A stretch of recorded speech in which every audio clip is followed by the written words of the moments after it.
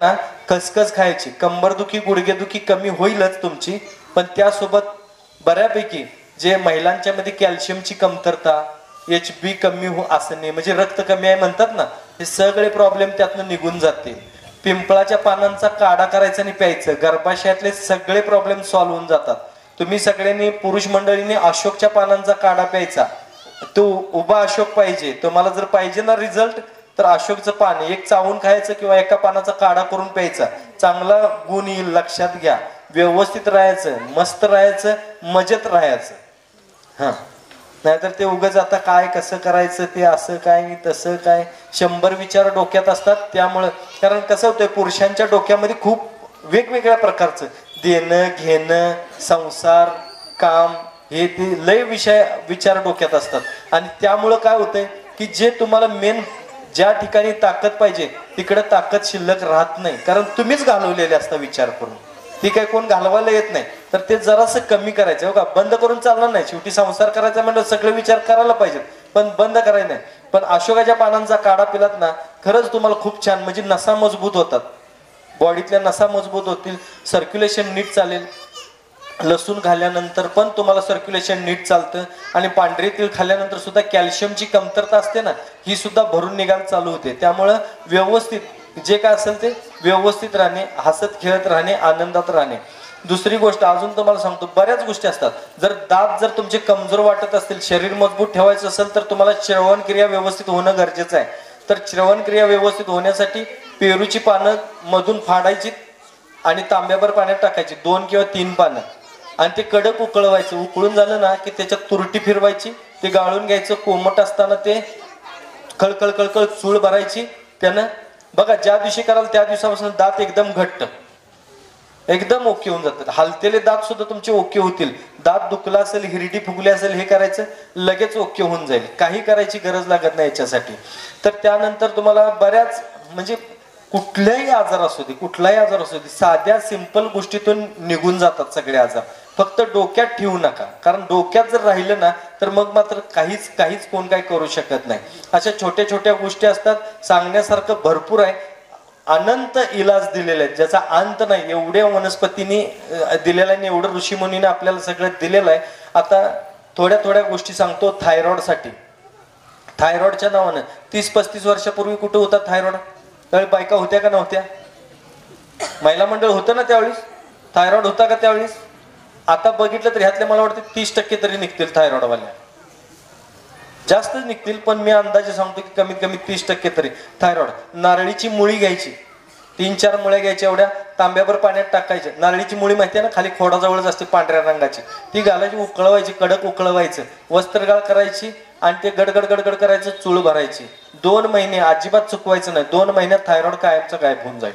करून बघा, कितीतरी हजारो महिला बऱ्या झालेल्या त्याच्यातून. आणि महिलांच्यासाठी अजून एक सांगतो, अनामिक भीती हा काय कुठला रोग नाही आहे. तुम्हाला जर समजा कसं असते, महिलांच्या मध्ये वाढतं कॅन्सरचं प्रमाण बघितलं तर खूप भीती वाटायला. हे पुरुष मंडळी असतात, व्यसनानं होतात. कोण मावा खातंय, गुटखा खातंय, दारू पितंय, काय काय करतंय, बिडी वडतंय, सिगरेट वडतंय, त्यानं त्याला होत असेल. पण महिला काय करतात? पण महिलांच्या मध्ये कॅन्सरचं प्रमाण जास्त आहे. महिलांना घशाचा कॅन्सर आहे, स्तनाचा कॅन्सर आहे, गर्भाशयात कॅन्सर आहे. बऱ्याच महिलांना आता योनी मार्गात सुद्धा कॅन्सर दिसायला लागलेला आहे. तर हे जरासं सांभाळा, पाया पडतो. आरबट चरबट वेडं वाकडं काही खाऊ नका. आणि महिलांच्यासाठी खूप काही गोष्टी करू शकतो आपण. महिलांच्यासाठी आमचं महिला स्वास्थ्य फाउंडेशन आहे. माझ्या मिसेस चालवतात, संजीवनी तोडकर, त्यांना माई म्हणतात. मगाशी मला वाटतं माई बोललो कोणतरी, हा यांना माहिती आहेत. तर माईनी हे महिलांच्यासाठी काढले.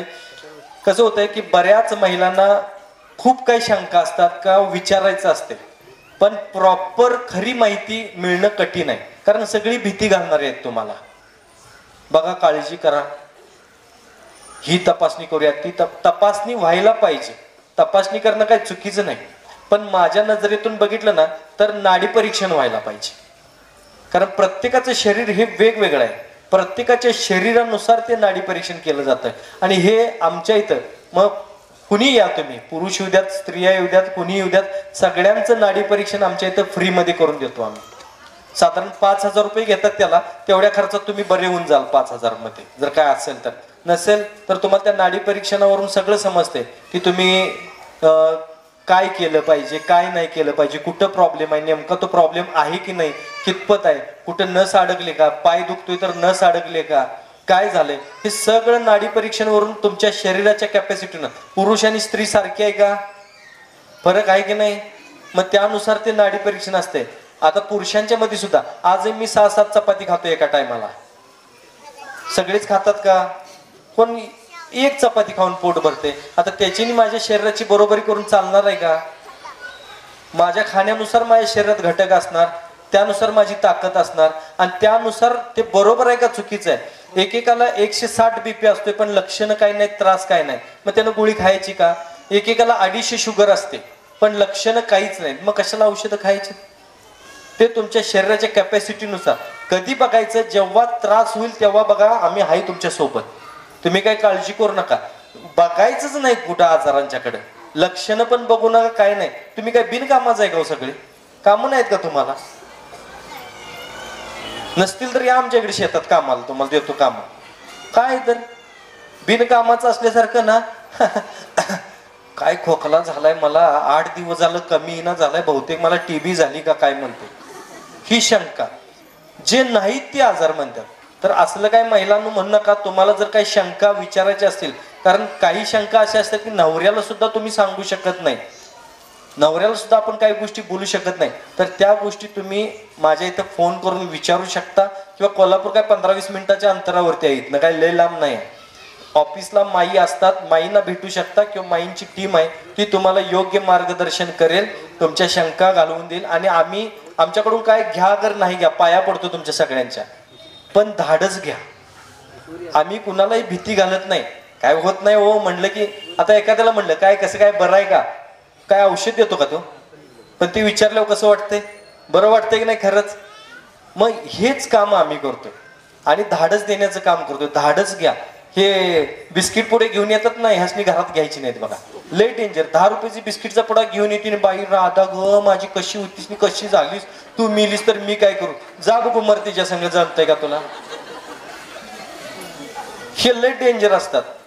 ही जर कुणाला बघायला गेली दवाखान्यात ऑपरेशन झालेल्याला, ते बरं झालेलं असते, तिथं जाऊन बाबा माझं काय झालं रे तुला, तिला वाटते डॉक्टरने सांगितले बहुतेक याचा कार्यक्रम आहे, मरतयच ते. असलं काही भीत बसायचं नाही. भीती घालणारी लय भेटतील अशी, आपण भ्यायचं नाही. कुठल्याही गोष्टीला भिवू नका. निसर्ग भरपूर ताकदवान आहे आणि वेळेच्या अगोदर तुम्ही जाणार नाही, त्यामुळे काय भ्यायची गरज लागत नाही. भ्यायचं नाही, बिनधास्त जगायचं. कवा मरल तेव्हा मरल. इतर प्राणी पक्षी त्यांच्या डोक्यात काय नसते म्हणून त्यांना आजार कमी आहेत. आमच्या डोक्यात सारखं नुसतं मला काय झालं तर, मला काय झालं तर. आणि सोंग काढायची एक लय सवय असते बघा. आमच्या इथं दवाखान्यात मी तर बघतोय का नाही, काय सांगायचं, ताड ताड ताड ताड येतात चालत, आणि माझ्या पुढ्यात आलं का नाही, काय सांगायचं, मरणाची गोळी द्या, जा की तिकडे मर जा, माझ्याकडे काय, मी काय यम आहे वय, मी बरं करायचं काम करतोय, घालवायचं काम म्हणलं तुमचं तुमचं आहे, तुम्ही बघा जावा की तिकडे. असलं सगळं असते, असलं निमित्त काढायचं नाही. एक एक तरी असे असतात ना. परवा एक माझ्याकडे पुण्यातून आले होते, पुण्यात होतो ना, एक 75 वर्षाचे आजोबा आल्यात. आता 75 वय. मी म्हणलं या, म्हणलं काय झालंय, म्हणलं तुम्हाला काय नाही, ओके एकदम. मग म्हणलं आमचं तोंड बघायची काय गरज लागली, काय नाही बाकीचं काय नाही बघा, फक्त काय होते लघवी फोर्सनं होत नाही. मग म्हणलं कुठं दुखतंय का, नाही दुखत बिकत काय नाही. म्हणलं काय त्रास काय होते, नाही नाही काही त्रास होत नाही, मला लघवी फोर्स न व्हायला पाहिजे, पूर्वी कशी व्हायची. आता तेव्हा तरुण होतात, आता 75 वय होतं, हे नशीब समज ना, बरोबर आहे का नाही.